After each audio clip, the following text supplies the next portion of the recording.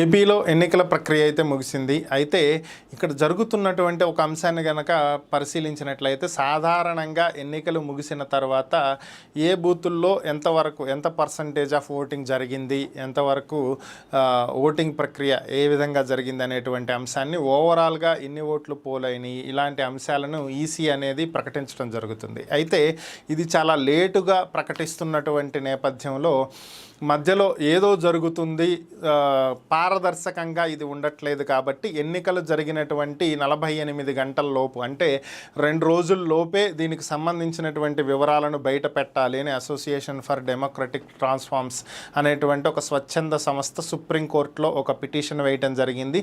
దీన్ని విచారణకు చేపట్టినటువంటి సుప్రీం ధర్మాసనం ఇలా చెయ్యాలి అని చెప్పి ఎలక్షన్ కమిషన్కి మేము ఆదేశాలు ఇవ్వలేము.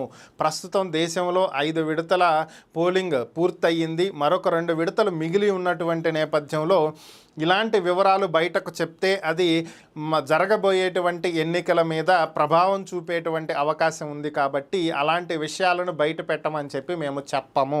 అది బయటకు చెప్పాల్సినటువంటి అవసరం ఎలక్షన్ కమిషన్కు ఏమాత్రం లేదు.